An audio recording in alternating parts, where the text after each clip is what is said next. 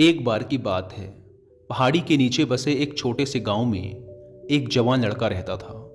वह लड़का उस पूरे गांव में अपने आलस्य और काम चोरी के लिए प्रसिद्ध था।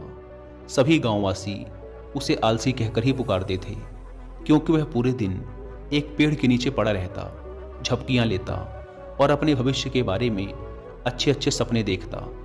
उसके दिन ऐसे ही आलस्य में गुजर रहे थे। लेकिन एक दिन उस गांव में एक बौद्ध भिक्षु पधारे, जो कि अगले 3 दिनों तक उसी गांव में ठहरने वाले थे। बौद्ध भिक्षु गांव में भिक्षा मांगते, दिन भर लोगों को उपदेश देते और रात्रि में गांव के बाहर बने बौद्ध मठ में विश्राम करते। बौद्ध भिक्षु जब भी भिक्षाटन के लिए जाते और भिक्षा लेकर वापस लौटते, तो वो हर बार उस जवान लड़के को उसी पेड़ के नीचे लेटा हुआ पाते। बौद्ध भिक्षु 2 दिनों तक ये सब देखते रहे और वो समझ गए कि यह लड़का मानसिक आलस्य का गुलाम है। तीसरे दिन जब बौद्ध भिक्षु भिक्षा लेकर वापस लौट रहे थे, तो वह उस लड़के के पास गए, जो कि अभी भी उसी पेड़ के नीचे लेटा हुआ था। भिक्षु ने लड़के से कहा, बेटे, मेरे पास तुम्हारे लिए एक काम है। मैं चाहता हूँ कि तुम उस पहाड़ी की चोटी तक जाओ और वहाँ से मेरे लिए एक पंख लेकर आओ। लड़के ने लेटे लेटे ही अपना सिर पहाड़ी की तरफ घुमाया और उसकी सबसे ऊंची चोटी तक अपनी नज़र दौड़ाई।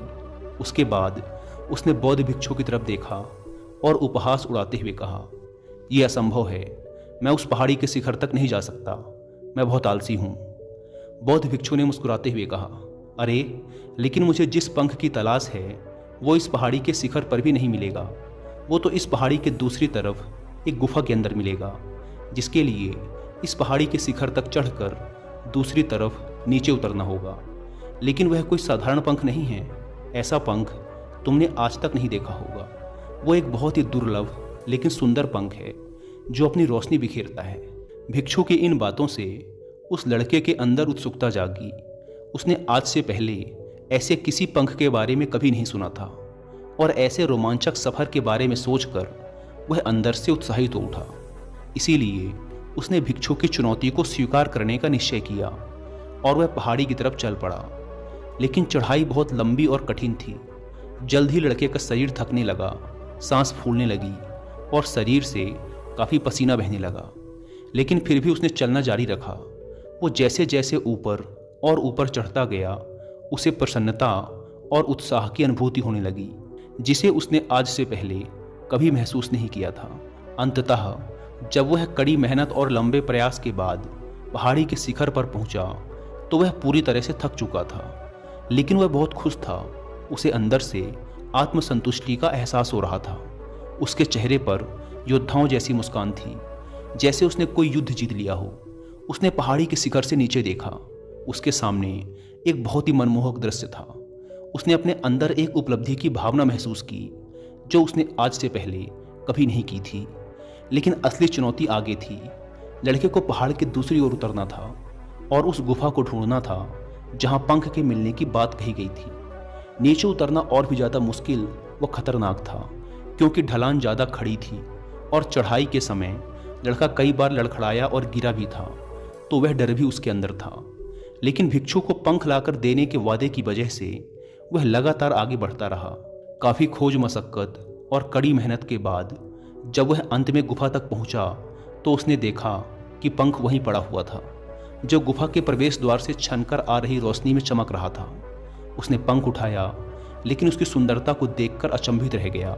वह काफ़ी देर तक पंख को ही घूरता रहा, लेकिन फिर अचानक उसे याद आया कि अभी तो उसे वापस भी जाना है। उसने खुद की तरफ देखा। वह पूरी तरह से थक चुका था। वह चिंतित हो गया कि वह पहाड़ पर कैसे चढ़ेगा और भिक्षु तक पंख कैसे पहुंचाएगा।